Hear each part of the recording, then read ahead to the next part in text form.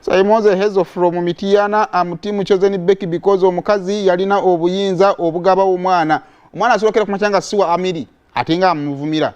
Saimo let people be bave ku Chosen Becky waffe owe kali ebyo bwebiti bya Chosen Becky we bitambodde naye ngenzo okutuna mu comment section nga basinga bali ku team Chosen Becky.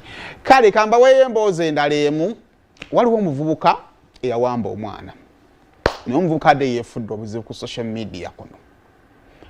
Abadde yefudde obuzibu ku social media. Ye muwambi asoose okuwamba n'atajjaako simu. Ono ye Ssaaba wambi omuwambi ate nga mukambwe asoose okuwamba nga akola TikTok video. Ye muwambi asoose okuwamba nga gwawambye musanyufu. So this muwambi wanjawulo nnyo.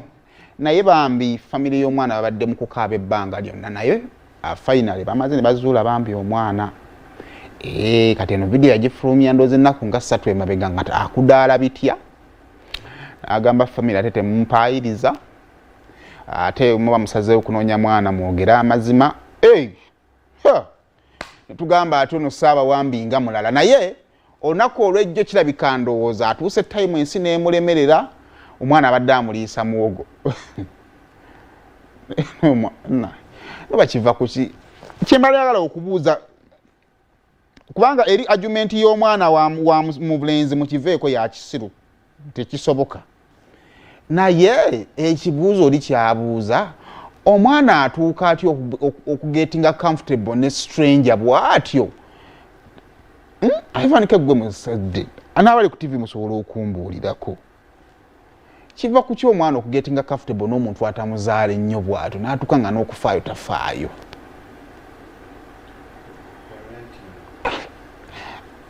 Omuvuka naye nalabye Farouk Sakoza ateekayo nti baamukutte kirungi. Naye waliwo ekintu awo.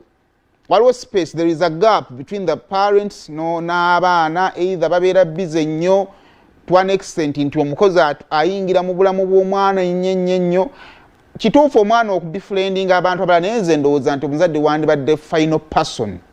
Wakati awo waliwo ekyetaaga okutereeza kyesimanyi kyetwetaaga okwongera okutunulamu. Naye kale sooka ompe kubanda obudde budduse. Sooka ompe wali nga final bamaze okuba nga bazudde omwana. Sooka ompe. Kati mu comment katono nnyo njagala mumbwe. Mulowooza kiki ekiyinza okuba nga kireetedde ono omuvubuka okubondinga ennyo n'omwana. Where could be the problem? Buziyinza kuba buvudde luddawa. Naye sooka ompeeko nga bazudde omwana. Baniriza mwena abalaba video eno amannya gange nze Trevor Online era nga nze n'omwana Tumwesigye Abraham eyabuzibwa wiiki ewedde ng'olunaku olwaleero amaze n'azuulwa era video gye mugenda maaso n'okulaba eya Uganda Police emuzudde olunaku olwaleero mu bitundu by'e Busukuma ekisangibwa mu disitulikiti y'e Wakiso. Abazadde b'omwana ono okusingira ddala maama babadde nga bamunoonya oluvannyuma lw'okubuzibwa oba okuwambibwa Mucunguzi David ng'ono nno ye yali Shamba Boy ewaka. Mucunguzi yasuddewo omwana ono n'agumaza mbiro era nga kigambibwa abadde nga aliisa omwana ono muwogo entakera.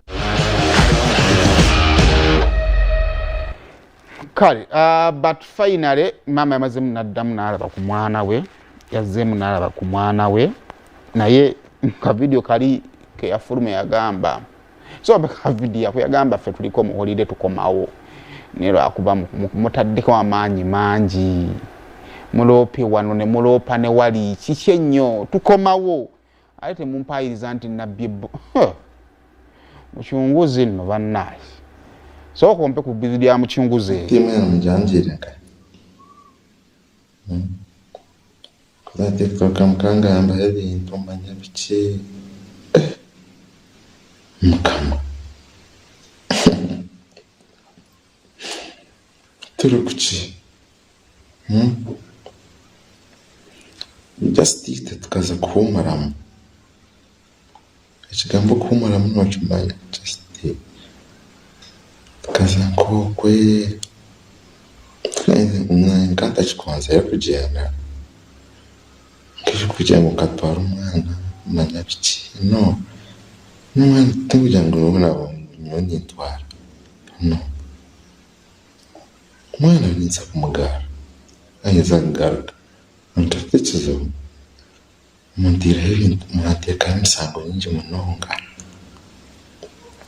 nyingi manya waza interneti manya screen manya imera y'omwana omwara nkenka bitesazinga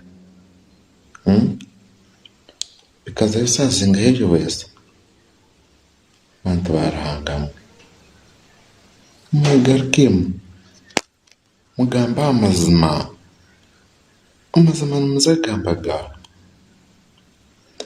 manya amazima nango bagamba ombantu amazima nango bagamba ombantu wanshanga ate ngo bantira hepiki ngati nkanye piki ntakavugaga piki nkakivugaga konkati nkwate manyango yawe piki yagitwara mukama ruhanga wenga berebe tenkaba biyare no muntira ibintu bingi atensiyona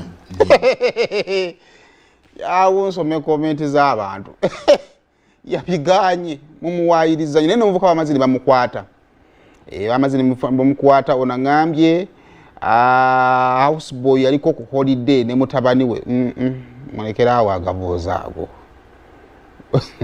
why don't they okay obuzibu buli ku maama w'omwana tulikwera ensonga ya bondi nti bondi ng'ebadde y'amaanyi nnyo ono abuuza ekibuuzo okulya muwogo kye kisinza okuluma abazadde mu byonna anti akomewo talina biwundu naye kyamazima omuvuka yali ayagala omwana naye aba kiki ekyo Male Joseph Nsanja agambye bannange oyo anyiiza okuba mwana we naye nga maama okusinziira mu mboozi y'omwana ya maama omusajja yajja luvannyuma ono n'agamba nze Roger from Maganjo Kagoma nze ndowooza omwana engeri oyo gye yali omukozi ate nga amumanyi kyova olaba yali musanyufu ng'amala naye obudde bungi of course omukozi yasinga okubeera n'omwana gwalina okukwatagana naye ennyo kiri automatic unless nga omukozi wa mpisa mbi. I am Kenneth Timothy Ejinja. Okay, sayimo omwana nga afaanana anti bonna baddugavu musinguzi yabagambye bantu mwe kale banaye budde buddeyo mwebale kukola nange musiibe bulungi ndio wiiki ejja tujja kukola bwe tutyo sinememenyeka nnyo nammwe ndeeta emboozi esinza okukola mu wiiki ne mumpa bye mulowooza ne tutambulira awo.